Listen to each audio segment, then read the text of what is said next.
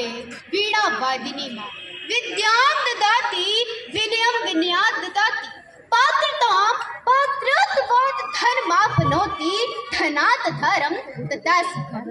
अर्थात ज्ञान से विनम्रता आती है, विनम्रता से योग्यता आती है और योग्यता से धन प्राप्त होता है, जिससे व्यक्ति धर्म के कार्य करता है और सुखी रहता है। जी हाँ, माननीय अध्यक्ष मोदी जी, प्रबुद्ध निर्णायक मंडल तथा वंदनीय श्रोतावृंद, मैं राधिका आज आपके समक्ष इस भाषण प्रतियोगिता के सार गर्भित एवं महत्वपूर्ण तथा आधुनिक समय के सबसे नए और ज्वलंत विषय नई शिक्षा नीति 2020, जिसे हम NEP 2020 के नाम से जानते हैं, के बारे में अपने उद्गार प्रस्तुत करने जा रही हूँ।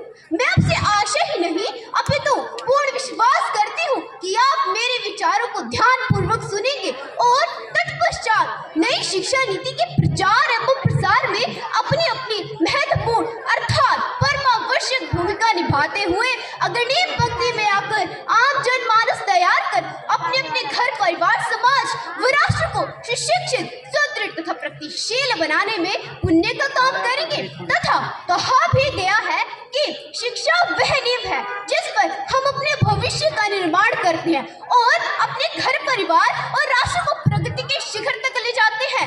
माननीय अध्यक्ष मोदी जी, तत्पश्चात हमारे देश के विदेशी आक्रांताओं और आक्रमणकारियों तथा लाड मैकाले जैसे व्यक्तियों आदि ने इस देश की महान शिक्षा पद्धति को तहस नहस कर दिया। माननीय अध्यक्ष मोदी जी, तदोपरांत स्वतंत्र भारत के शुभ चिंतक विद्वानों जैसे डॉक्टर भीमराव अम्बेडकर, पंडित जवाहरलाल नेहरू, डॉक्टर राजेंद्र प्रसाद, महात्मा गांधी तथा डॉक्टर राधा कृष्णन आदि के प्रयासों के कारण भारतीय संविधान के चौथे भाग में उल्लेखित नीति निर्देशक तत्वों में कहा गया है कि प्राथमिक स्तर तक के सभी बच्चों को अनिवार्य एवं निःशुल्क शिक्षा की व्यवस्था का प्रावधान निश्चित है। प्रबुद्ध निर्णायक मंडल जी, अंततः मई 1986 में नई राष्ट्रीय शिक्षा नीति लागू की गई, जो कि लगभग आज तक चल रही है। इस बीच राष्ट्रीय शिक्षा नीति की समीक्षा समिति तथा 1990 में आचार्य राममूर्ति की अध्यक्षता में एक समीक्षा समिति तथा 1993 में प्रोफेसरियस बाल समिति का गठन किया गया और अब इन्हें पूर्ववत शिक्षा नीतियों का अनुकरण एवं संशोधन करते हुए वर्तमान भारत सरकार के अथक प्रयासों और नए एवं क्रांतिकारी सूझबूझ के परिणाम स्वरूप नई शिक्षा नीति 2020, जिसे 29 जुलाई 2020 को पूरे जोर-शोर के साथ घोषित कर पूरे भारतवर्ष के लिए शिक्षा के क्षेत्र में एक नई पहल की शुरुआत कर दी गई। अर्थात मेरे कहने का तात्पर्य है कि 1986 में जारी हुई नई शिक्षा नीति के बाद शिक्षा के क्षेत्र में यह पहला नया एवं प्रभावशाली परिवर्तन देखा जा रहा है।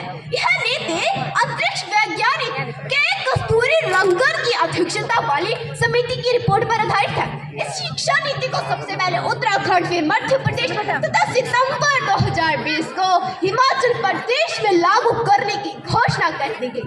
परंतु खेद का विषय है कि यह बिहार जैसे बड़े राज्यों में आज तक लागू नहीं हो सकी। अतः अब मैं आपको इस शिक्षा नीति 2020 अर्थात NEP 2020 के प्रमुख उद्देश्य तथा इसके परिवर्तन बताना चाहती हूँ, जो कि इस प्रकार से है। नई राष्ट्रीय शिक्षा नीति 2020 के अंतर्गत वर्ष 2030 तक सकल नामांकन अनुपात ग्रोथ एनरोलमेंट रेशियो जेंडर को 100% तक पहुंचाने का लक्ष्य निर्धारण किया गया है। नई राष्ट्रीय शिक्षा नीति 2020 के अंतर्गत शिक्षा के क्षेत्र में सकल घरेलू उत्पाद का कुल 6% भाग के सार्वजनिक व्यय का लक्ष्य निर्धारित किया गया है। मानव संसाधन प्रबंधन मंत्रालय का नाम परिवर्तित कर पुनः शिक्षा मंत्रालय कर दिया गया। देश भर के उच्च शिक्षा संस्थानों के लिए भारतीय उच्च शिक्षा नामक एक एकल नियामक की परिकल्पना की गई है। नई शिक्षा नीति में यह पहला परिवर्तन वो पहले ही लिया गया था, लेकिन अब की बार वर्ष 2020 में जारी किया गया है। मानव संसाधन प्रबंधन मंत्रालय का नाम परिवर्तित कर पुनः शिक्षा मंत्रालय रख दिया गया। माननीय अध्यक्ष मोदी जी, शिक्षा तंत्र में सकल घरेलू उत्पाद का कुल 6% भाग के सार्वजनिक व्यय का लक्ष्य निर्धारित किया गया है, जो अभी 4.43% ही है। FL को समाप्त किया जाएगा तथा उच्च अनुसंधान में जाने के लिए 3 साल की स्नातक डिग्री के बाद 2 साल स्नातकोत्तर स्तर के PhD में प्रवेश लिया जा सकेगा। नई शिक्षा नीति में शिक्षकों के प्रशिक्षण पर विशेष बल दिया जा रहा है। इंजीनियरिंग के छात्र संकेत को भी चुन सकेंगे। प्राइवेट स्कूलों को मनमाने ढंग से फीस रखने और बढ़ाने को रोकने का प्रयास किया जाएगा। समूह के अनुसार विषय चयन समाप्त हो जाएगा। नई शिक्षा नीति में पहली और दूसरी कक्षा में गणित और भाषा एवं चौथी और 5वीं कक्षा में विद्यार्थियों के लेख आदि पर जोर देने की बात कही गई है। अतः जिसके लिए यह नीति सुप्रसिद्ध हुई तथा जो इस नीति का पर्याय बन गया है तथा जो हर व्यक्ति की जुबान पर है वो फॉर्मूला है। स्कूलों में 10/2 फॉर्मेट की जगह 5/3/3/4 फॉर्मेट को स्वीकृति देना है। माननीय अध्यक्ष महोदय जी व प्रबुद्ध निर्णायक मंडल जी, भारत की इस नई राष्ट्रीय शिक्षा नीति 2020 पर 5 से 7 मिनट में प्रकाश डालना भाषण देना बहुत ही असंभव कार्य है, परंतु मैंने सबका समायोजन करने का एक प्रयास मात्र ही किया है। अतः अंत में मैं सारांश के द्वारा अपनी वाणी को विराम देना चाहूंगी कि नई राष्ट्रीय शिक्षा नीति 2020 स्कूलों और उच्च शिक्षा में छात्रों की मदद करने के लिए आवश्यक सुधार प्रदान करती है। नई राष्ट्रीय शिक्षा नीति 2020 का मुख्य उद्देश्य शिक्षा और सीखने पर ध्यान केंद्रित करना और भारत को एक बार फिर से वैश्विक ज्ञान की महाशक्ति बनाने के साथ